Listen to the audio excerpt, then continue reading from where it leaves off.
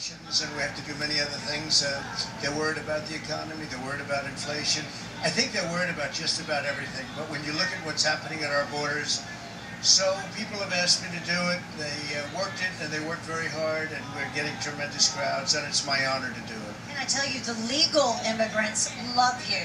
My Uber driver here in Florida that brought me from the airport in Tampa yesterday is a legal immigrant. He's now a United States citizen, and he's from Greece. And he loves you. That's all he could talk about was the rally today. That's really good. Well, we have a big one. That's a big one. It's a beauty, and it was really raining, really pouring, and now it's so perfect. And people were out there dancing, waiting for you to show up.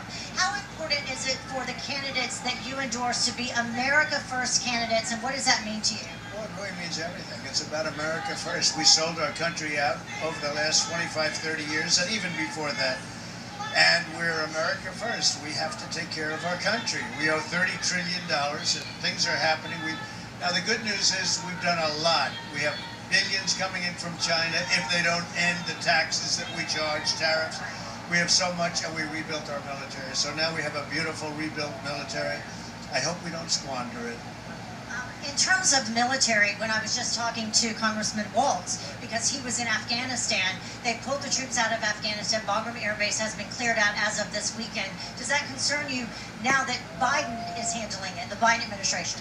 Well, we had it done, and I think it would have been very smooth. I pulled them out. I made it so that nobody could have stopped it because I wanted to get 21 years is long enough, as you know, long enough. And they're going to have to now fend for themselves, and hopefully they'll do well. But I said we're coming back home. You know, they call them the endless wars. I hope he does well. I hope he does well. Speaking of endless wars, what do you think about the GOP leadership right now and the changes that need to be made? Well, Mitch McConnell is very weak. If he would have gone over the election numbers when they were presented to him, and I wish they weren't presented, they should have been sent back to the legislatures because so much fraud, there were so many things, irregularities. But Mitch McConnell, if he would have fought, you might have a whole different system right now. You might be in a much better position as our country. You look at what's happening with China, you look at the disrespect that China, look at the disrespect they have for us. They're in Alaska, and look at what they said yesterday, the words and the fury and the fight. We didn't have that. We didn't the lack of investigation into the Wuhan labs and the origins of the coronavirus. Well, the lack of investigations into that and many things. And if you look, I mean, the only thing they investigate is Republicans, okay? That's all they want to investigate. But you take a look at what's going on in this country, and it's very, very scary. And the economy with inflation, I've seen inflation before. I've seen it rear its very ugly head. And it's not a pretty picture. Do you think inflation is going to be transitory, which is the word they're using, or is it here to stay for a while? No, I think it's going to. It's not transitory. Can you do it? I don't think so. Look, when I left, it was $1.87 a gallon for oil, for gasoline. $1.87. Now I guess it's about $3.50, but it's going up much higher than that. Lumber is $70,000 per house. More money.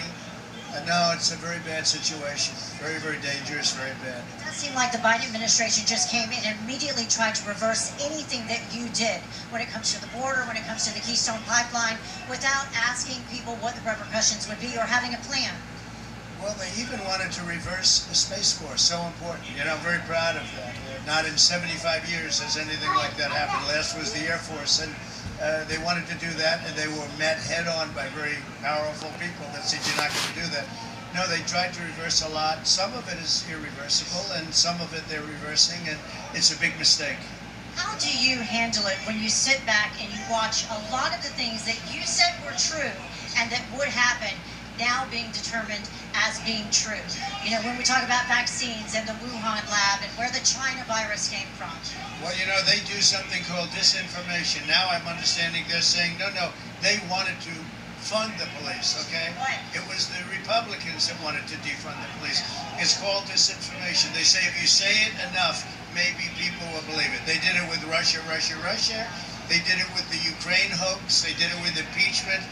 They did it with a lot of things. I mean, they get onto a thing. They say, they just keep repeating a lie, and they hope people believe them. And now trying their best to do it with the Trump Organization and your CFO? Oh, they're absolutely doing. That's a disgrace. And you look at all of the things that they don't want to go. You look at Hillary Clinton, you look at Joe Biden, you look at the son, Hunter, but look at Joe.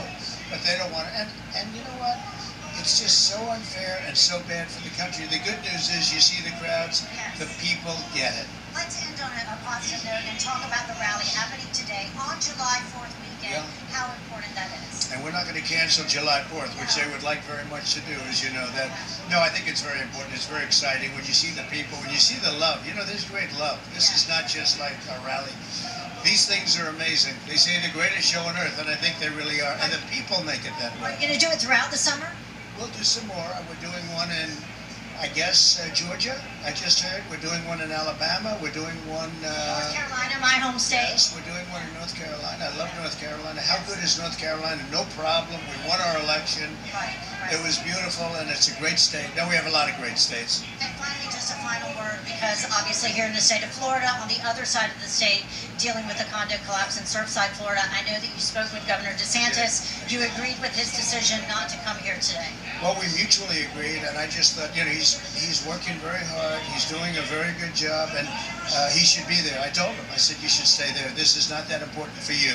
He, of all people, should be there. Well, I know that you care about people. I know you care about all people deeply. And I know that that crowd out there wants to get you on stage, so I'll let you go. Thank you very much. Thank you so much for joining us. I really appreciate it. All right.